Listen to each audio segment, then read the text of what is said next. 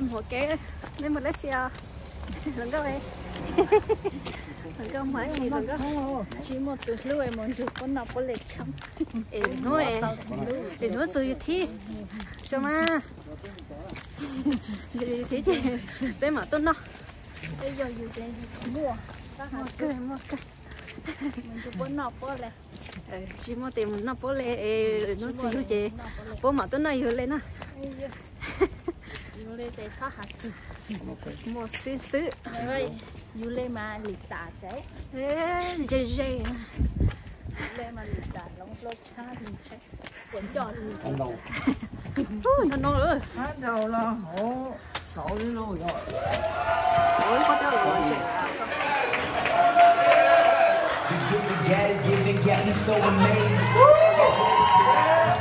Choosing chilling with my wife, only trying to sleep tonight, but we kick it real hard. You never leave it right, we're good. Cause I love the way so we alike.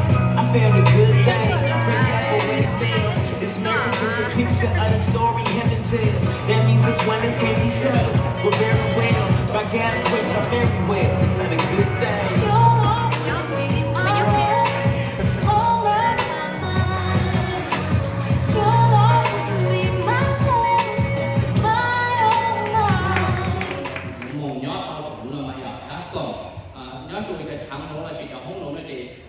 cho từ bóc ác hò rồi mà dù dù cô ha say cô mẹ cô sa lu ha cho sa cô ha giờ ta khá là nên mong cho sa đủ là nó chị cứ mua lại ốp biết từ sáng rồi thằng là chỉ cho không đợi to chạy cái mình cứ nhiều để thằng mẹ là cô sa lu ha nhà mình cái mình cứ nhiều từ mình nói nhiều lên nữa thì là bao cho lên rồi ốp có bé trong đấy mẹ họ sáng của cô mà nhớ họ bị tin rồi không có phải sửa tay cho mình cũng nhiều một cái không lợi rồi tập án cứ ô lại càng càng lỡ hát thầu cứ sự chạy cứ từ vào hát từ nhắn đỡ là sự cũng sự đời nó bây giờ celebrate sự là dance không phải là sự là bằng này thì cho mình cũng nhiều nó mà cái tập án tận từ mấy nào chỉ nhỏ cho khi nhỏ trong high school là thì giờ mình có thể mình cũng nhiều lên đỡ là có nhỏ từ mấy những tàu cơ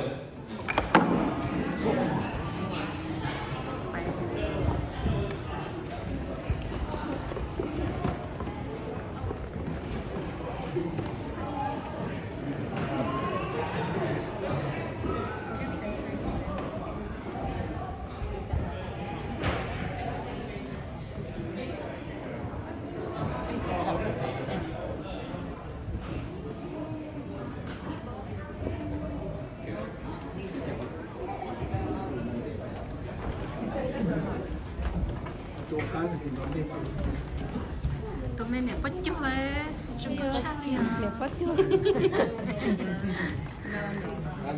ô nè bom bắt chước mà nè bom hả chị nè bắt chước nè bom nó lắm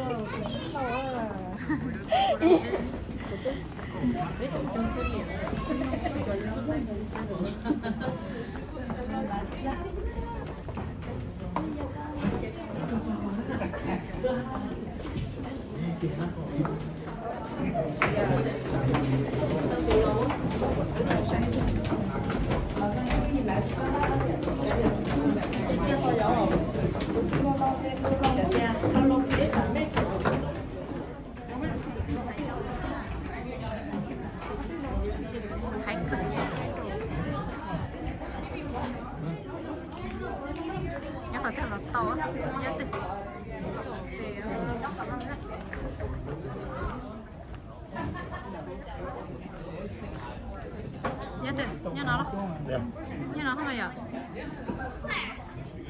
từ tàu nó về tới tàu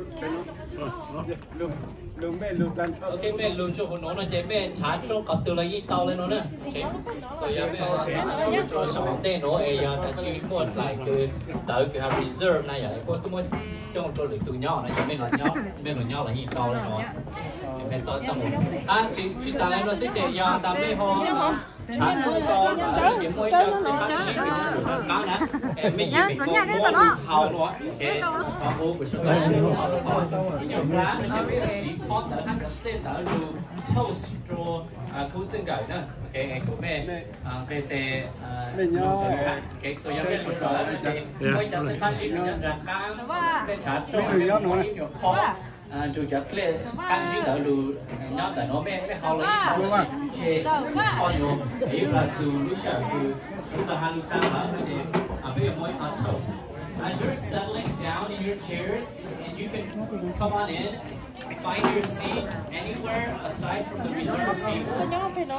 Please have a seat. Once you're situated, you're welcome to go to the back, which is I think to your right, to grab a cup of punch, because we will be using that cup and punch to toast in a little bit after the speeches, okay? So you're what you get, and just save a little bit so that when it's toast time, we have much to toast, okay? So just wanted to give that quick announcement. Hopefully you all heard me, so I'm not like repeating CD. And I'm sure I'm going to keep saying this because there's more people coming in, so I'm going to repeat myself. So for those of you who have already heard the announcements, bear with me, okay? So you may look lại bay là gì lại kiểu cô nói cho một trò từ nhỏ là xí em mấy lùi cho sang ra họ tên nó là những chuyện số trong đó thì mấy họ lùi cho đàn nó hát mang điểm đâu hát họ những người sang cái đó là hát chúng ta hát ồ giờ mình tôi mình nhớ là mình chưa vào tay nó chúng mình thắng xí nó thế thì giờ tầm mình mình tôi mình nhớ rồi thì họ we were waiting wait hold on a second start it over. Oh, make it louder. Can y'all hear now? Let me rewind that. The first couple that we have the honor and privilege of welcoming to the bridal party table is Sinai Tao and My See Her. Can we have a round of applause?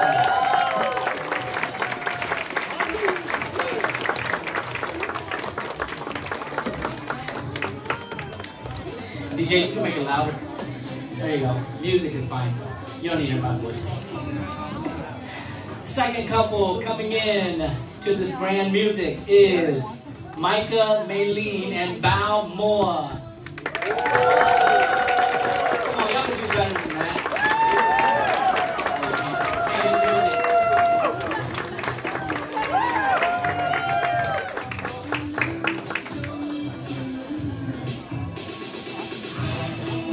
Alright, let's give it up for Boone Samoa and Mel Vang.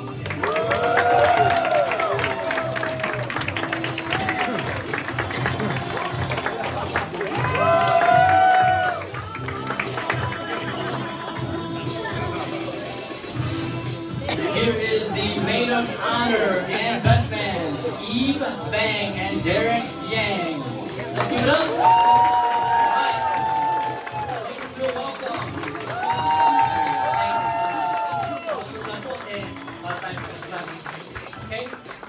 Last but not least, the very reason why we are here today, let us stand.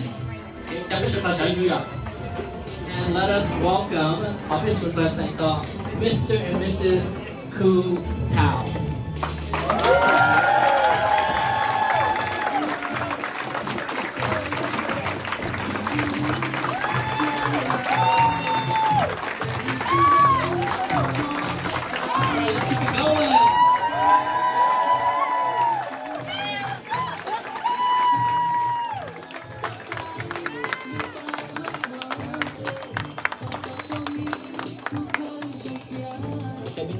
Thank you. And I believe Lucia nó chị trong bây giờ mua cái halu mình chỉ có giờ cứ chỉ hắn nào kia xong mùa thọ cái từ tí ó nó chỉ có giờ cứ nào hắn nên chỉ cứ giờ vàng trái xong cứ tí bé nó chỉ có giờ cho nào hắn chỉ kia nhân rời lì từ tí plau nó chỉ có giờ từ maid of honor kia Eve. And lastly, the best man, Derek, the best man to have time. Cú ha, na cú từ Malay. hà lù sáu xíu em ta khám là bên mà là cho lại cản gì em lù lên nói plan ít cú hà tăng mà ta khám là remind short là cái thay từ nó chỉ xong một to có từ hộp bút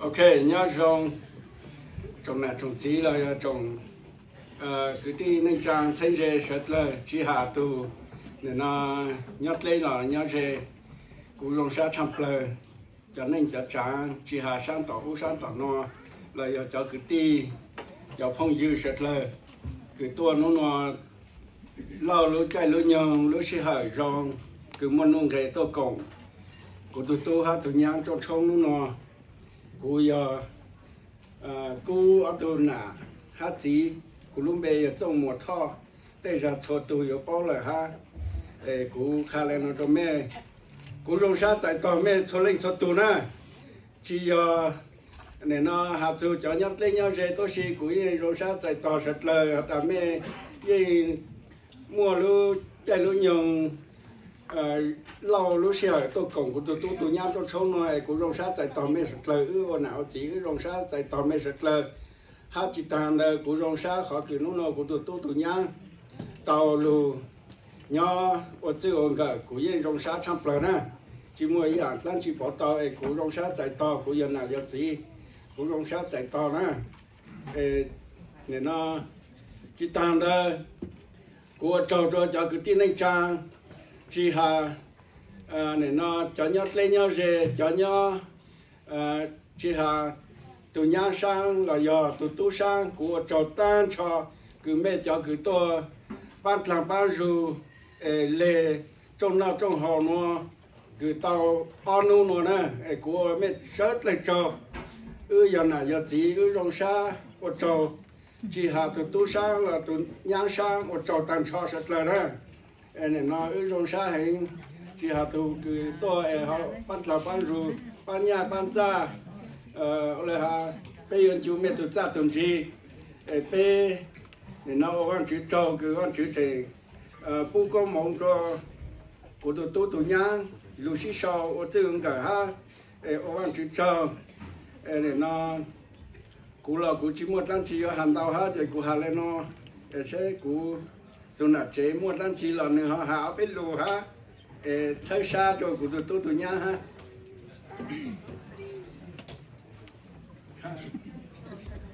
cái chỗ này chỉ dùng một chữ gì thôi mà chỉ là cái chữ hả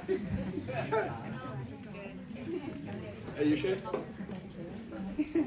đây con đấy nè nửa ta nửa trăm mùa ha nửa chỉ cả ha là gì tháo chín tao mẹ cho nên cho trắng là cho cứ giờ tí rất là rằng thì phú ha nên nó nửa chỉ cả ha nó gì cứ hà lên nó sẽ rong xa mẹ sẽ tới to này ở chỗ nó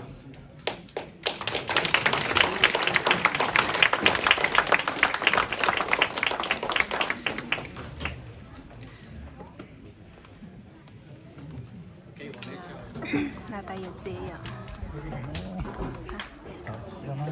Nói thế nào? Ok.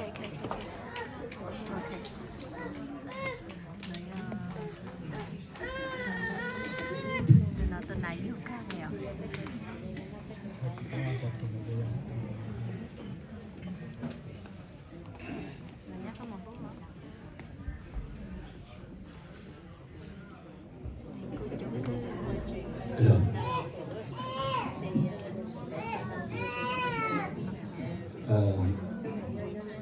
vấn đề nào giờ thời gian thì để cho nó châu là gì thì số tụ nhau trộn chỉ sinh thọ là giờ là ở bên tụ nhà nhau trộn được béo trên này cái con nói giờ thọ trộn được cầu nhà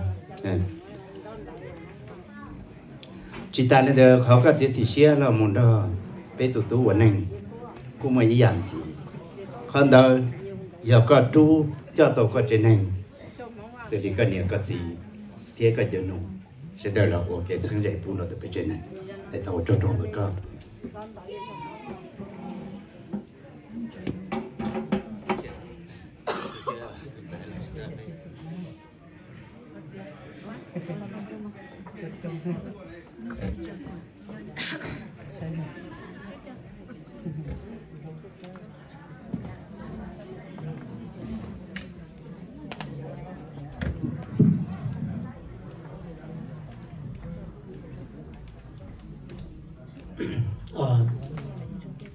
lúc này ấy nó dùng xe hành mà lúc này giờ tụi chùa theo mọi người luôn trong thôn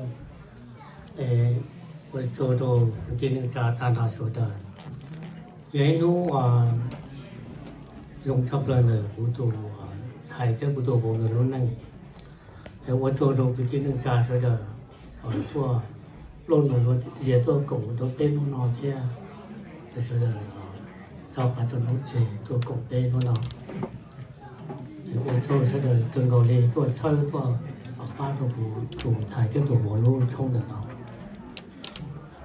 mà đời nó một của hai vô hai đồ tù thải cái đồ bộ vô cái gì tôi hai đồ cái này ư hai tiền cả ư tôi hai lù đồ nghe liền giờ chỉ tổng ba nữa tổng ba lên để cho hai luôn luôn như gì thôi, hai đứa con thì ở nó vô nên là xí sầu nên xí cổ năng lượng, quá chi là tổ xe,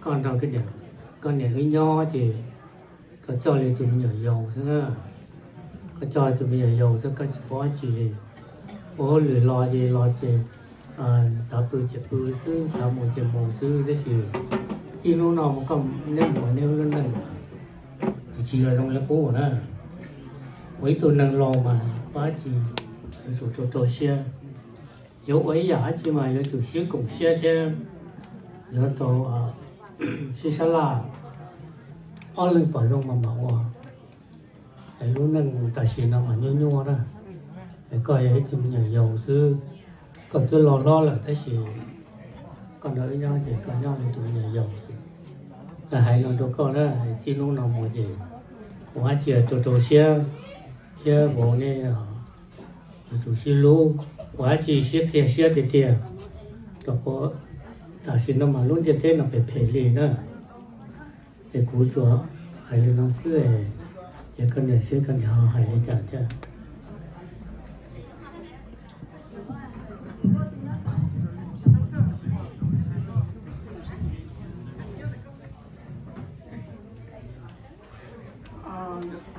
trong xe theo ba chú cho trong nó cái nó tàu có mong tròn được cho đôi gì để chỉnh tao mình cũng nhiều cái trong xe theo ba chú cho cái tôi cho cái này sẽ đời nên tôi còn cái lúc tôi xong được nó nhớ ý tuần xài lúc mà xa tuần xài cái lúc mà xa tuần xong cái trong xe cái nhà tù chia tuần sáng con giờ thì chỉ cái nhà tù qua tuần sáng con giờ đây thì chỉ cần thằng nhau đi tù nữa một cái cháu nữa cái gì thì cái nhau đi tù mình nhảy giàu rồi thì chỉ giờ cái lợi cũng chỉ bao tiền cũng chọc con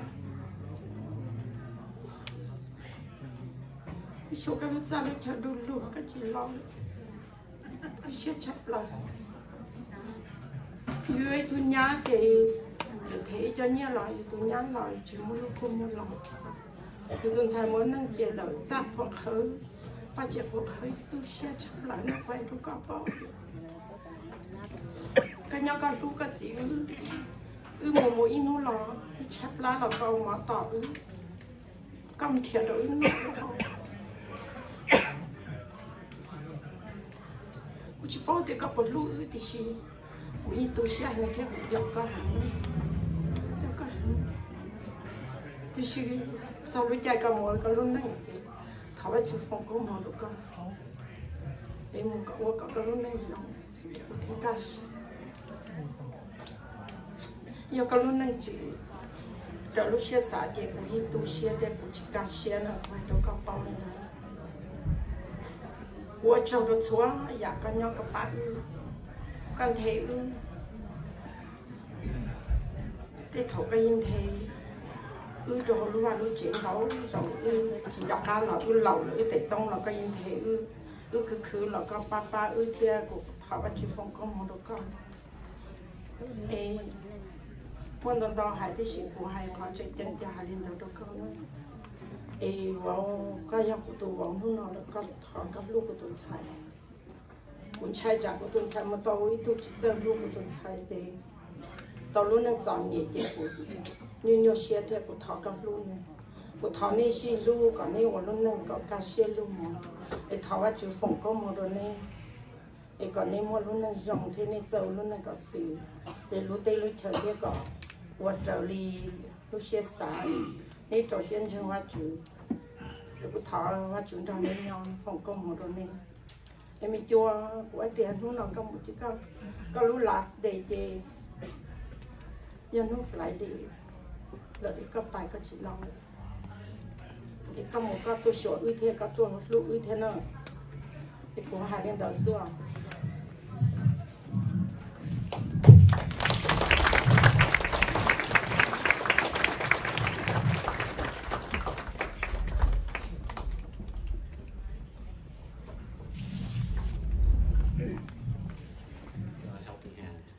But I just want to share a little bit about how me and Jo met, because it's really by God's plan that all this came to be. I was at one of my lowest points. I was actually in jail in Scott County, and I received this letter because I applied to Teen Challenge, a treatment center, and I received this letter. And it was my acceptance letter to Teen Challenge. And on the letter, there was a name on the bottom, and it was Jua Lee. I was like, oh, it's a Hmong person. Okay. And then, so that's how I first got noticed her name. And then, when I first walked into treatment, one of the first person to greet me was Jua. She was like, oh, are you Hmong? And I'm like, yeah, I'm Hmong. Oh, yeah. Hi, nice to meet you. Yeah, I was kind of messed up, but I going in there, all I had was the clothes on my back and stuff, so I didn't think that 5 years later she'd be the one I'd be marrying, so yeah, but throughout the time,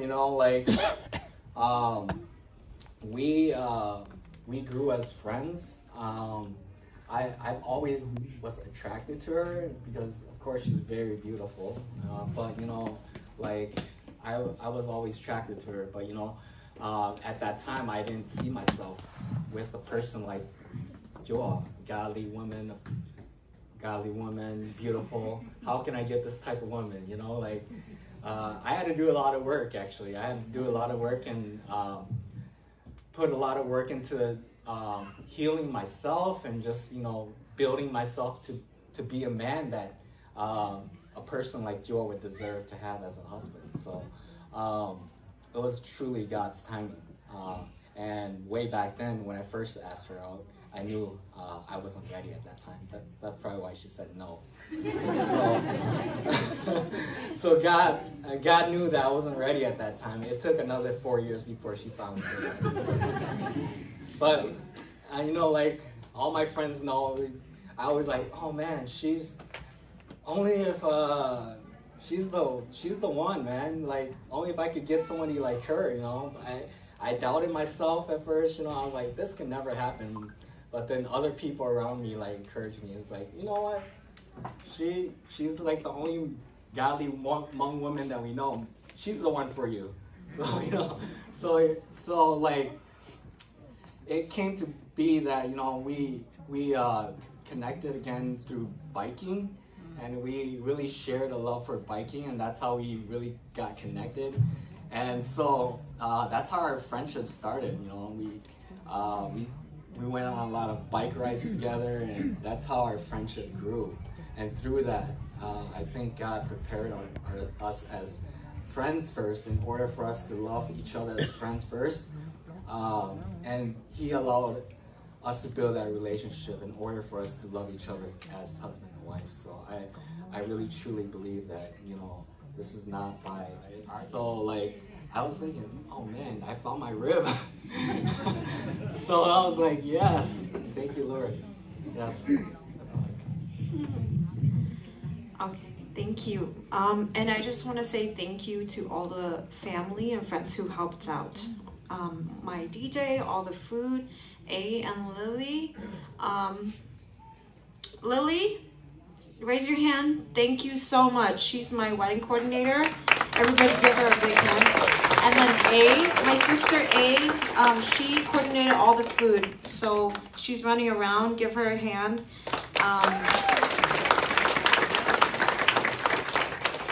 We would not be here.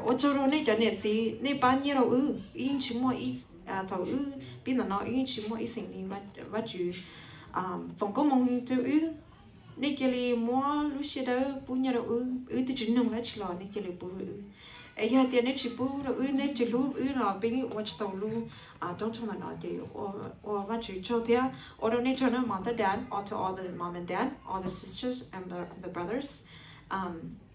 And I'm so grateful to be here, and just so everybody knows, like, I did love Koo, but as a friend, so I wasn't that bad, but it's just that it was God's timing for us, really at that time to be ready. And before we got married, 1 to 2 weeks before, we went through the roughest time we've ever gone through. And we were battling sickness, stress and anxiety, so much financial problems. God really took us through the desert, and we were so scared and just afraid of how this is gonna work out. But God really pushed us forward, and He said, you guys gotta keep going, you gotta keep going. And I think from there on, we really learned that we need to pray together, and we sought the Lord together. We came and knelt on our knee together, and then whatever the Lord was speaking to me, He spoke to Koo in His own separate way, and we knew that God was confirming the same thing to the both of us. And one day the Lord promised us the very same thing, that He was gonna make us fruitful and multiply, and He was gonna bless us abundantly with a good life. And we persevered through the wilderness in our spiritual battle, and the Lord told us that you can now rest and enjoy the fruit of your labor, and your life is gonna be so good. And we know that the Lord is glorified today, and we are just so happy that God is here with us. And this is all for God, and we would not be here without the Lord's blessing on us both. So thank you guys for being here today.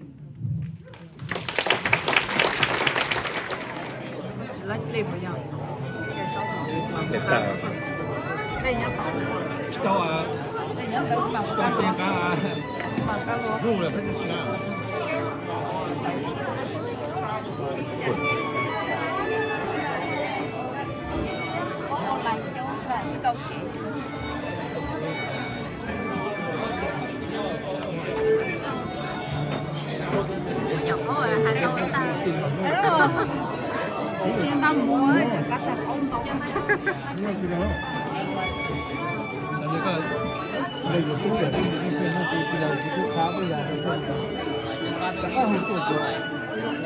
我俾咗啊！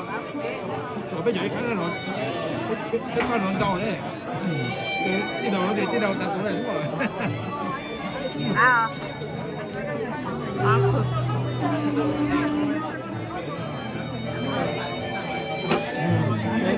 你睇下，咁我咧，喺度嘅第一隻。啊！ เขาเป็นขาคู่เขาเป็นขาคู่กูไม่ทะเลาะกันไม่ทะเลาะกันcái sự bây giờ đó mấy bữa giờ đó khá rồi nó biết bài có bài luôn đó chia lúc nào bài lúc sao nhang luôn rồi nhang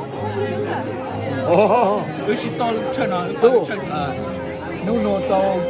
đâu có phu rồi mua chỗ mua gì rồi tôi cũng biết là ok bây giờ tình đời nó tôi cũng biết là bao cái gì đấy nhiều khó phụ cho nói giờ nó có màu luôn lâu tôi sáng nhom lẩu đó tôi tôi mà cơm lẩu ông cơm tôi sao ta đó giờ nó miệng của ta à của nó na chúng nó phòng là căn nó có tiền luôn ta thì bé chúng nó sáng nhỏ thì ta lại mắm lẩu của ta này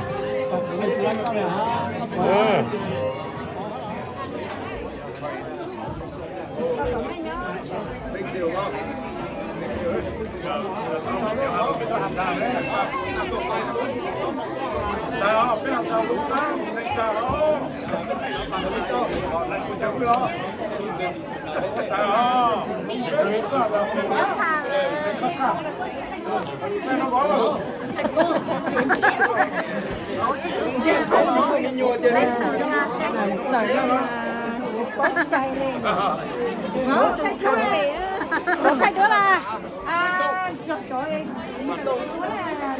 shit tìm mình chị à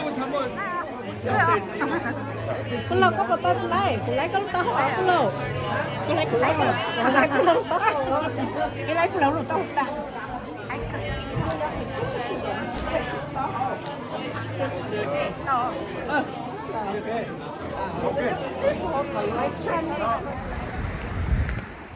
từ này tôi có tổ của từ này tôi tao xả một trẻ đấy chị có một cái đúng không cứ tập bài nó chị tao xả một trẻ bây giờ này cứ chỉ tao xả một trẻ bây giờ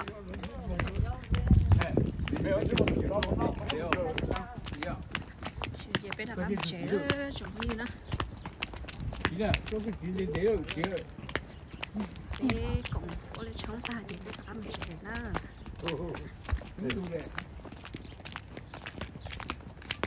mà lấy xin chỉ cho nó sẽ hơn nó cả một trẻ nữa